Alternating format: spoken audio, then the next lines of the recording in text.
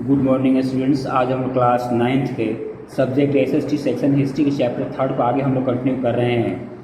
आज हम लोग देखेंगे कि कैसे हिटलर ने रिकन्स्ट्रक्शन ऑफ जर्मनी के उसने शुरुआत की। जर्मनी के रिकन्स्ट्रक्शन के लिए उसने क्या क्या की कोशिश की, इसके बारे में आज हम लोग पढ़ेंगे। सबसे पहले हम लोग देख लेते हैं during this period the Hitler assigned the responsibility of economic reconstruction. Economist Hjalmar Schacht एक बहुत ही बड़े अर्थशास्त्री थे जर्मनी के। हेल्मर सचेट इन्होंने जिम्मेवारी दी कि जर्मनी के व्यवस्था को सही ढंग से चलाने की कोशिश की जाए। इसके लिए उसने जर्मनी की अर्थव्यवस्था को मजबूत करने के लिए हेल्मर सचेट को इसे नियुक्त किया और ये उसके माध्यम से ये कोशिश हुई सरकार कि राज्य सरकार देश की सरकार एक पूरी तरह से कार्यक्रम चलाएगी ताकि देश का हर क्षेत्र में विकास हो। तो इनके द्वारा हेल्मर सचेट के द्वारा फेमस जर्मन सुपर हाईवे और पीपुल्स कार वॉल्क्सवैगन बनाया गया। जर्मन सुपर हाईवे हेल्मर सचेट के द्वारा ही बनवाया गया था और वहाँ की प्रसिद्ध कार जर्मनी की थी वॉल्क्सवैगन, इनके द्वारा ही बनवाया गया। तो इसमें हम लोग देख सकते हैं in foreign policy also Hitler acquired a quick success.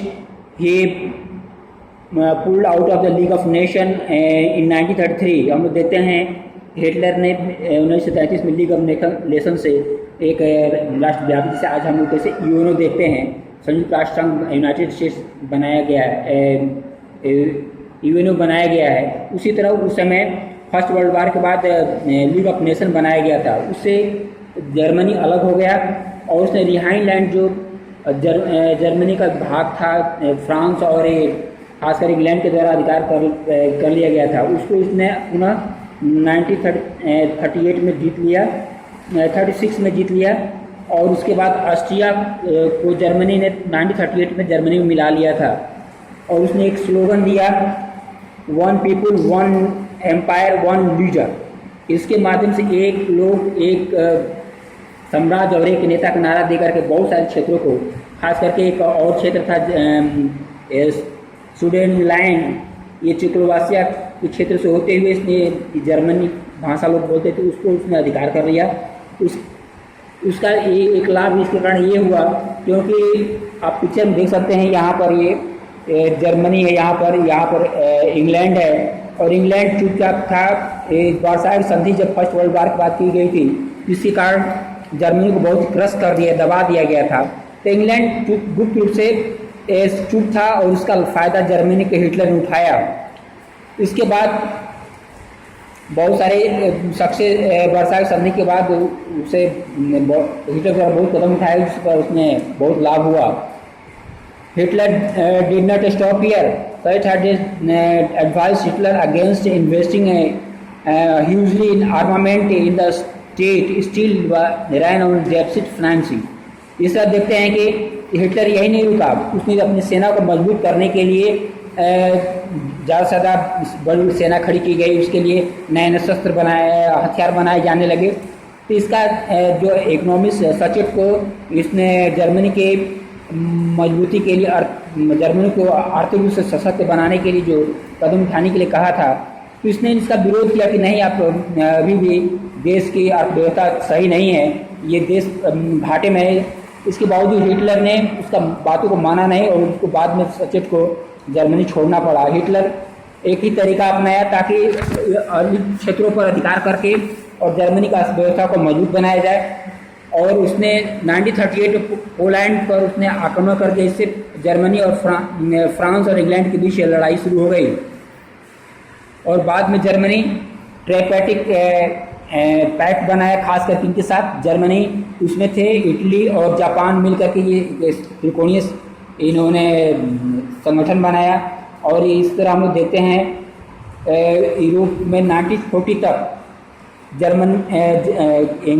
France से लड़ाई चल शुरू हो गई थी। इसके बावजूद हिटलर जो है अपने सत्ता की बहुत ऊंचाई पहुंच गया था और बहुत क्षेत्रों पर अधिकार कर लिया था।